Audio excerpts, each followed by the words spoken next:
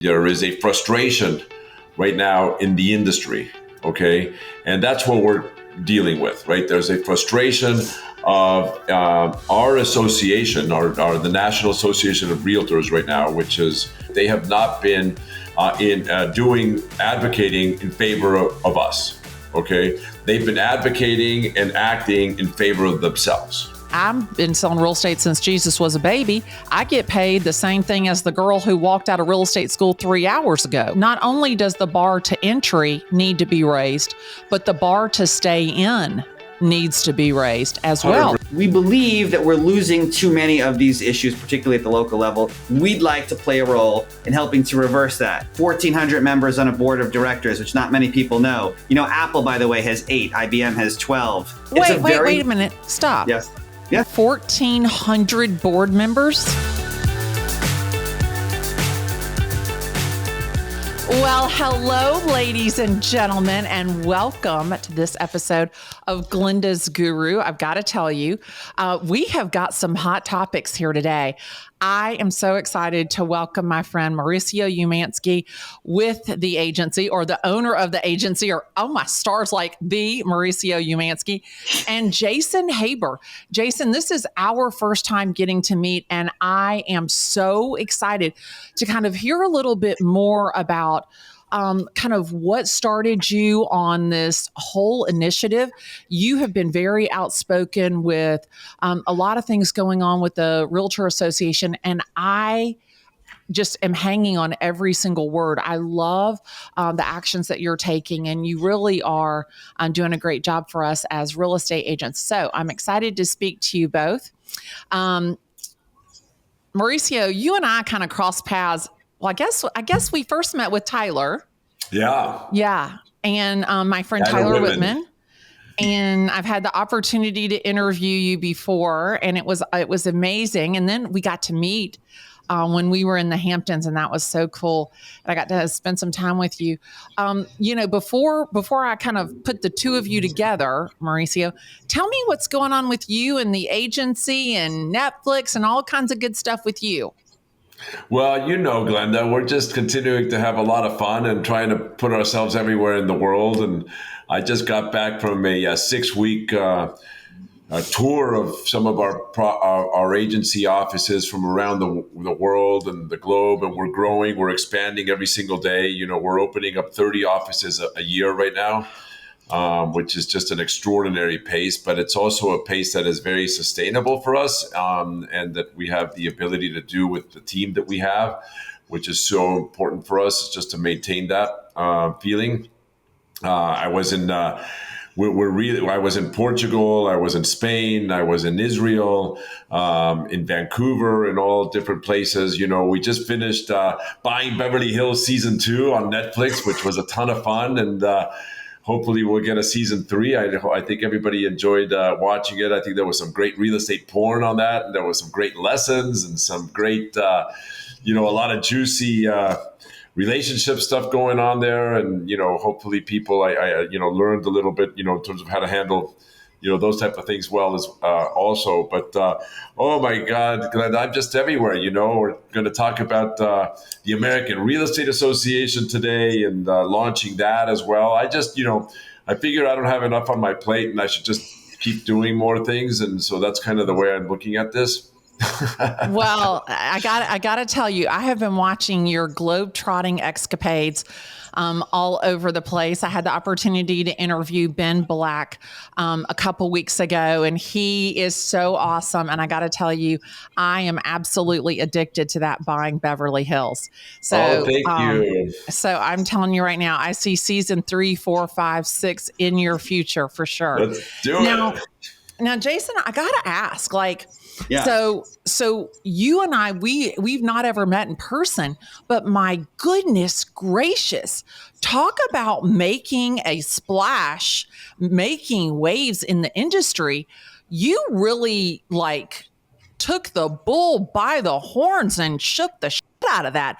I mean, I am just in the floor. So for the people who may not know who you are, give us just a little rundown of who you are and what was your business.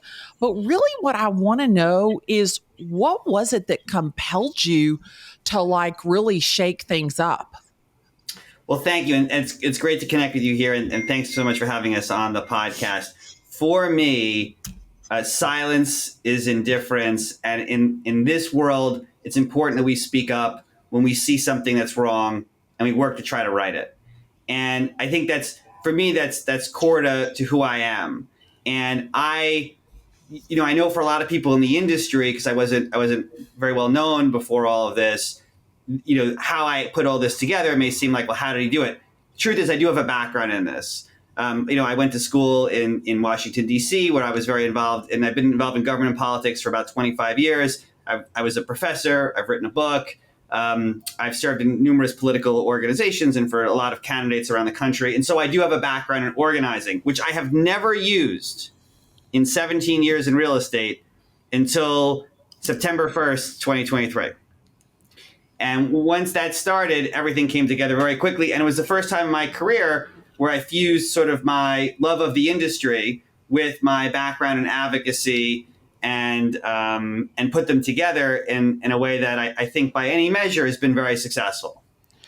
Well, I guess then, that just kind of leads me to the next question is, so how did you and Mauricio, how did you guys like come together? Like what was the crossroads there? Well, Mauricio was the only person speaking up. And he was doing it on the West Coast. And I was surveying because everyone was silent. So when we started the NAR Accountability Project, when the issues at Norwood, the sexual harassment and toxic workplace, when that came to light, and we were organizing at the NAR Accountability Project, everyone was silent. Or people spoke in like vague platitudes. Mauricio was one of the only people who had the courage, and he said it at a Real Deal event, I think it was October or November, where he said, I think maybe we should start our own thing. And until then, I was not in favor of starting a new trade association. I saw myself as a reformer and working to reform within. And then when I heard Mauricio say that, I said, well, you know what, maybe there is something here, because everyone said it's impossible to start a new trade association. But then I thought, well, maybe if we came together, we could do something special. And so I had reached out, we did some emails and we had some calls. And then next thing you know, we're the whirlwind began. I think we've been in 4 states together in 6 months and, traveling the country, barnstorming and building up the infrastructure for this new organization. Well, I got to tell you, so you got your background in advocacy and organization, and then you bring in Mauricio and his like culture, because I think Mauricio, of all the things, so many amazing things that permeate through the agency, through your brokerage, the main thing that I just walk away, that I just feel instantly, is the culture that you've built, the energy that you bring to the room, and how you bring out the best in the people around you. And so really, you've taken that like secret sauce, you've mixed it with Jason's organization and advocacy for government, and it's like this special, it's like a secret power. And so I want to talk, so in a perfect world, what does the American Real Estate Association like? What does it do? What does it look like? How does it build? Like in a perfect world, what does this look like for you guys?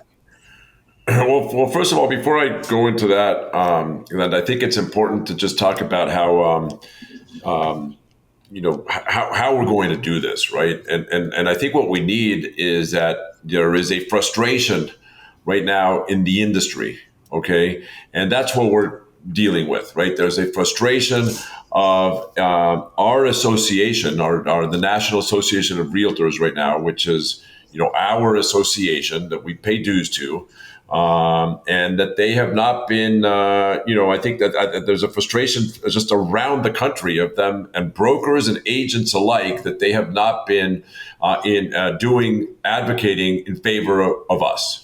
Okay. They've been advocating and acting in favor of themselves. Okay.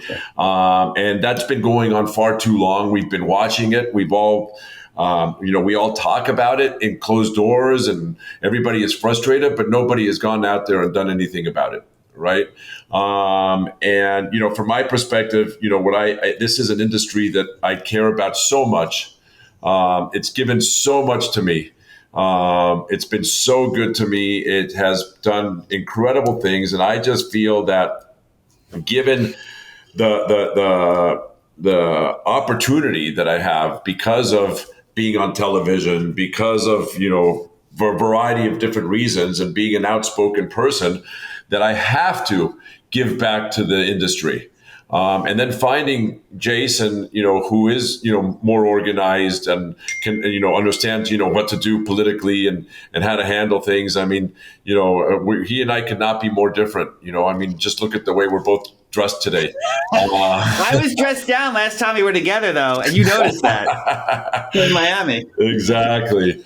We could not be more different, but we could also not compliment each other more, which is critical to this thing. But at the end of the day, we cannot do anything without the support of agents sticking together, getting together, getting behind us, participating. I mean, we have now built an amazing board of advisory board that currently exists. And I think it consists of about 30, 35 people. Jason will tell you to be exact. It's an incredible board. It's diversified around the country. It's diversified among men, women, white, black, purple, orange, all kinds of different things. And we wanted to make sure that we had that total diversification. We want to be able to, to deliver back and to speak on behalf of our agents and behalf of our people and make our industry better. I mean, at the end of the day, that's all we really want, is to make our industry better. And at the end of the day, Jason and I will not be able to do it alone by any means. We will need the agents and the brokers around the country to say, I'm fed up, I want something different. It's time to act differently and to join our forces and to get behind us. I love that. And you're ushering in the next generation of real estate legends with your daughters. You've got 4 daughters in the business. So you really are fostering the next generation of real estate greatness. I got 3 daughters in the business. And one of them 3. I was thinking it was 4. Well, one's 16 years old. I'm not making her work yet. I'm It's just a matter of time, Mauricio. Just a matter of time. To be fair, I have a 12-year-old who's already appeared in 2 New York City taxi ads that I've done. So I'm already using her for business purposes. I love it. So Jason, you've organized this. You guys are the yin and yang of this business. You both have great skills, that complement each other. So where are you going? Where are you going with it? What are you doing with it? How can we really like just shoot this American Real Estate Association to the moon? So first of all, what we're not looking to replicate the NAR model, which has been with us for over 110 years. And we're so familiar with it. We're so familiar with things like mandatory dues, not optional. The way that the system has worked, 1,400 members on a board of directors, which not many people know. Apple, by the way, has 8. IBM has 12. As far as I can tell, it's the largest board in America, in American corporate governance. 1,400 people is like a Politburo. It's not a board of directors, but wait a minute. Stop. Yes.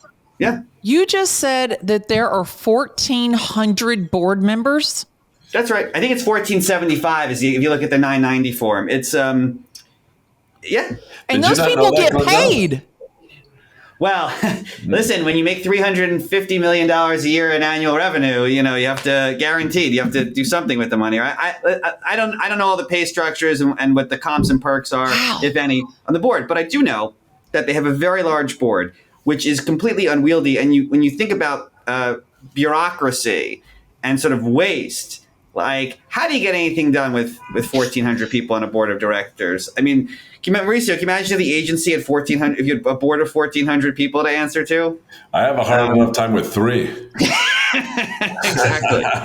Exactly. So like a lot of there hasn't been any focus or concentration on like, hey, could there be a better way to do things? Because they've been in this position for so long. And so we think there's a better way to do it. We think there's a more streamlined way to approach. We believe in elevating standards. We believe in making agents better. That means education. It means higher standards. It means living by a code that isn't just talk or printed words, but it's something that everyone really strives to achieve. And then also, we think advocacy can be done better. We've been getting our clock cleaned in this industry. Our industry has a bullseye around it right now, the local, state, and federal level. Mauricio's dealing it right now in Los Angeles with ULA, which has been a disaster for the real estate market there.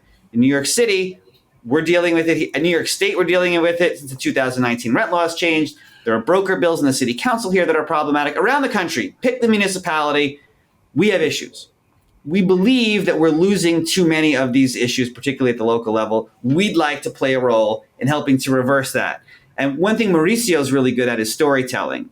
And one thing I'm really good at is messaging. And what we want to do is change the narrative in this country. Do you know that real estate agents are basically lower than the used car salesman in terms of esteem when you look at the rankings?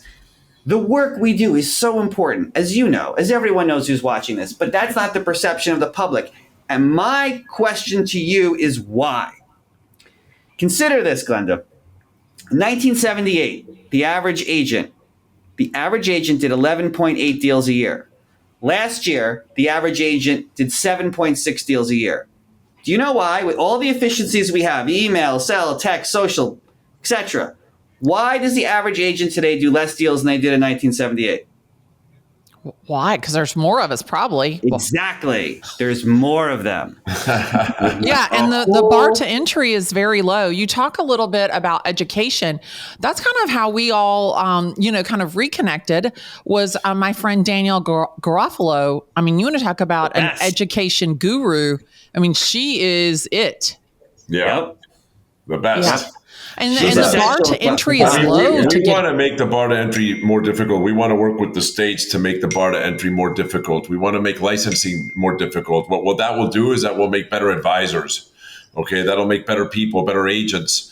We will be able to, talk about our value. And I got to tell you that this whole idea about what's happening with the settlement agreement with the commissions and all of that stuff. I mean, I don't even want to go into that whole world because that's just terrible, the way it's happening. And it has nothing to do, and when I say terrible, I am not referring to terrible for real estate agents.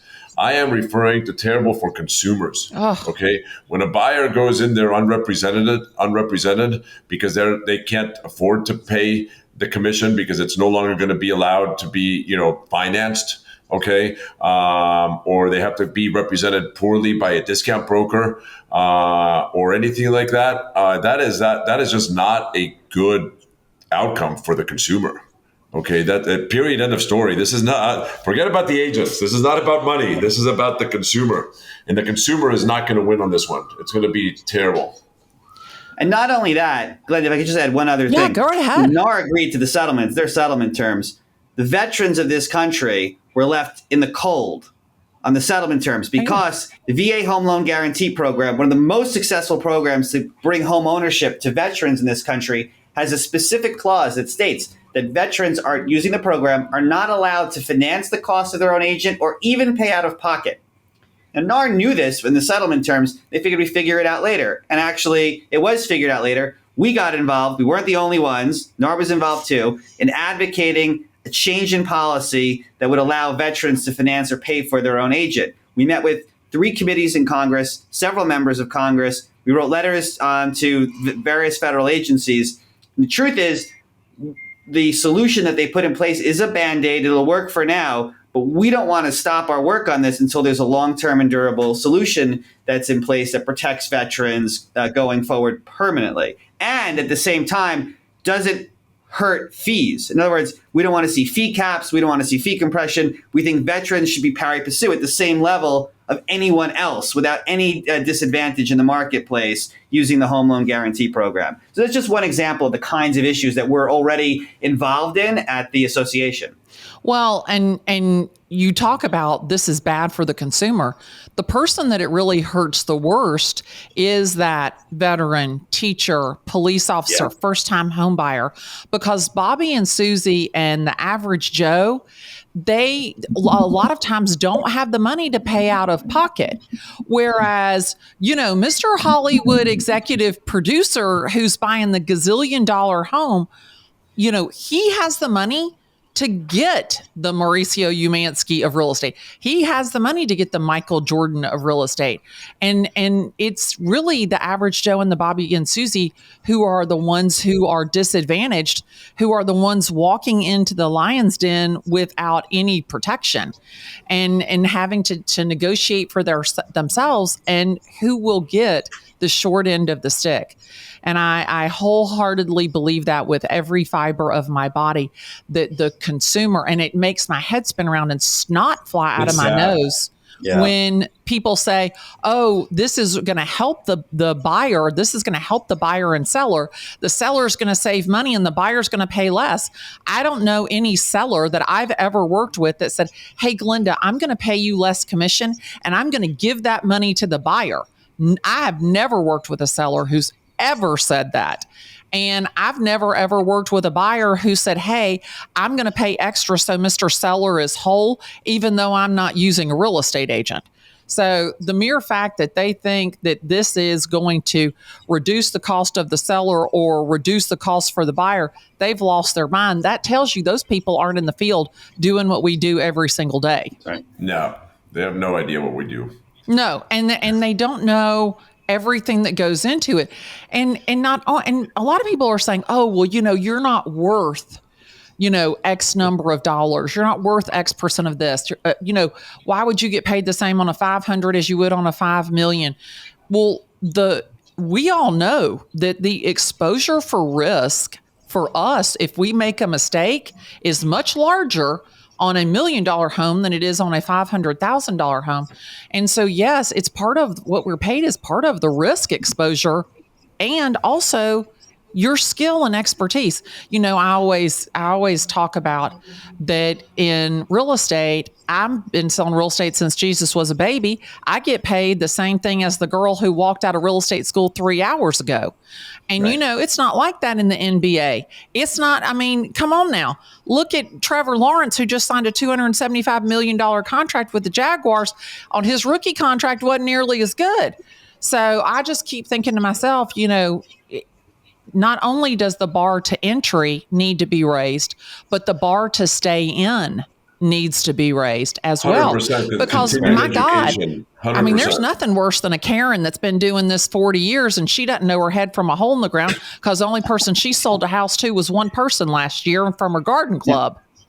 And Glennda, who benefits from the system that we have right now? The answer is the organization that collects more dues and earns more revenue simply because there are more agents, right? Yeah, exactly. Exactly. I was on the phone with a guy today, a real estate agent today, and he goes, Glennda, I sold 2 houses yesterday. My E&O insurance is due next month. I'm thinking about getting out of real estate because of all of the dues that are due. Right. And I said to him, you know what? Go into the referral program. Send me everybody that you talk to about real estate. I'll close them. Because that poor gentleman, he doesn't have the time to close them because he's got a full-time job. And I think that is refer those people to the Michael Jordans of real estate. You're doing a better job for the consumer if you just kind of get out and do a referral, for God's sake. So, gentlemen, in a perfect world, it's 12 months later. It's a year from today.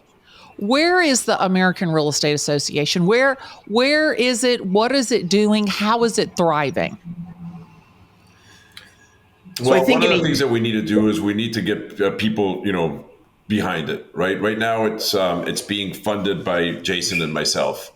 Eventually, we need to have members, we need to have dues, we need to be, we need to have some wins. We need to advocate. We need to have some wins. We need to win on the veterans thing. We need to win on different stuff that we're doing to show the agents that this is about them.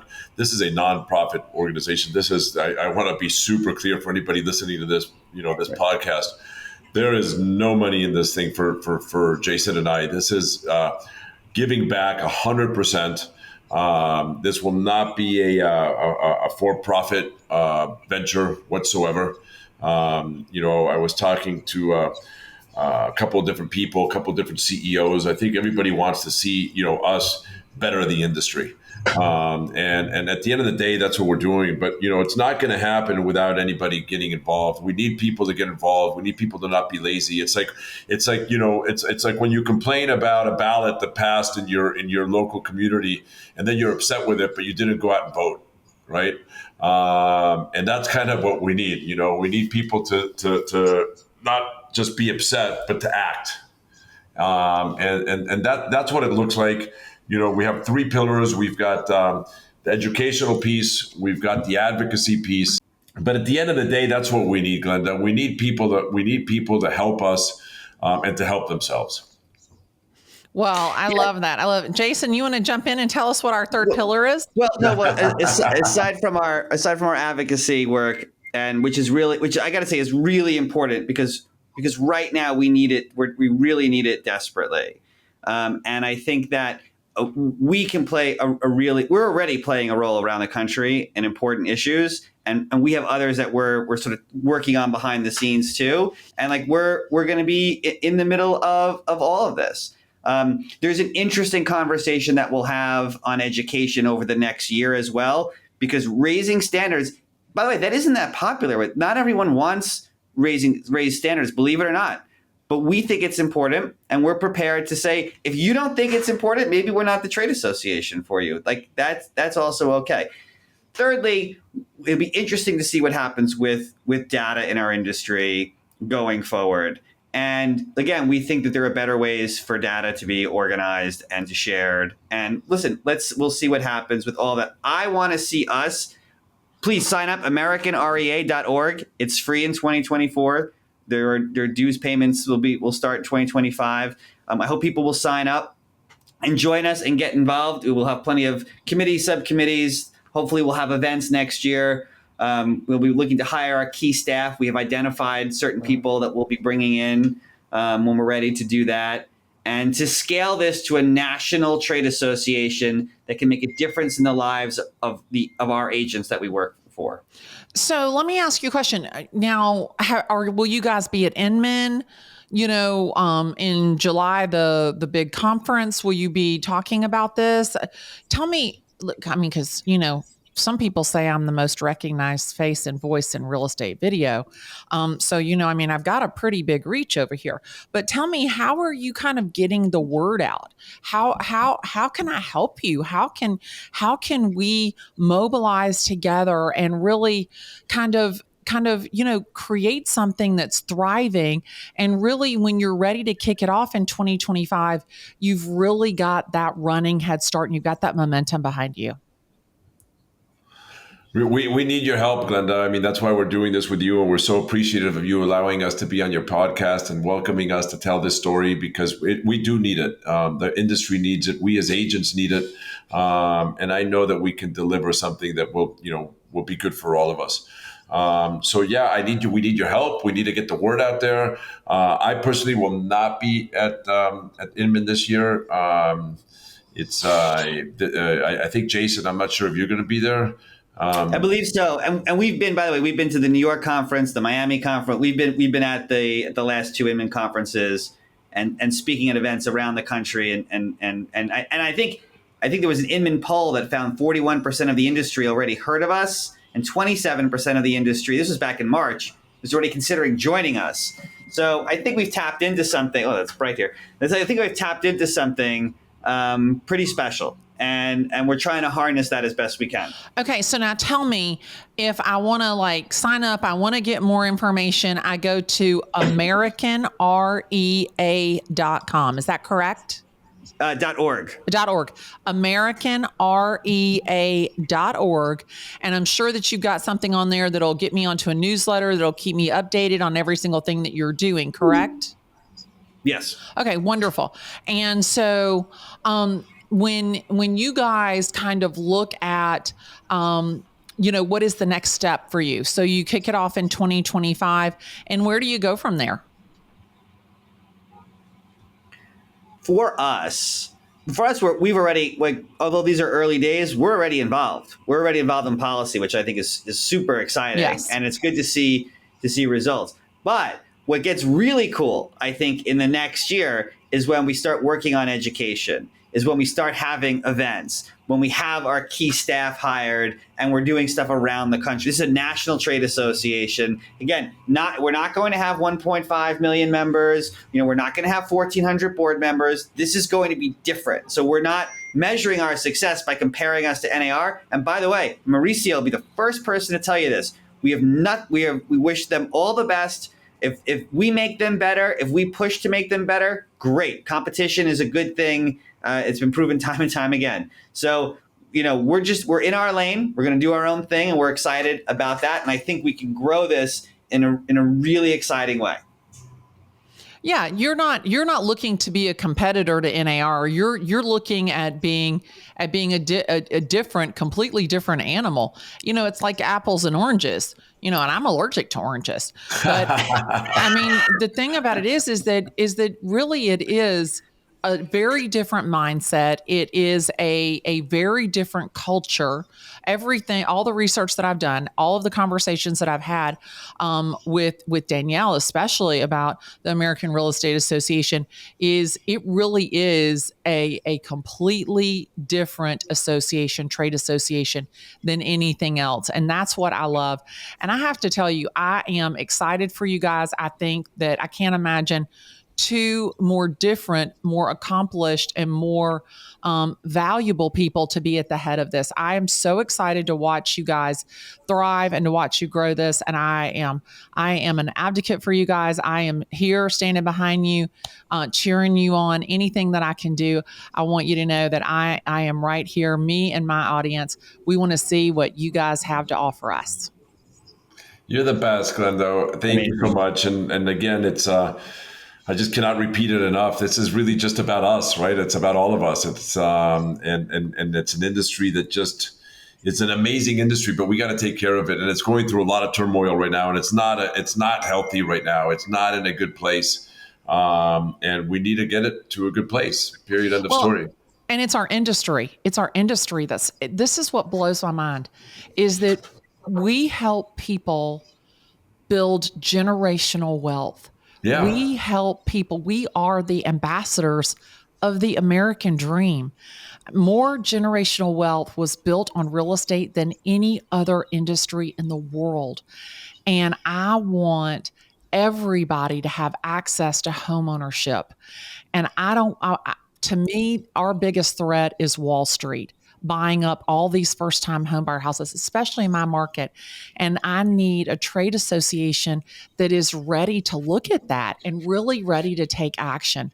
So I'm excited to join forces with you guys. Anything that I can do, I am right here to support you.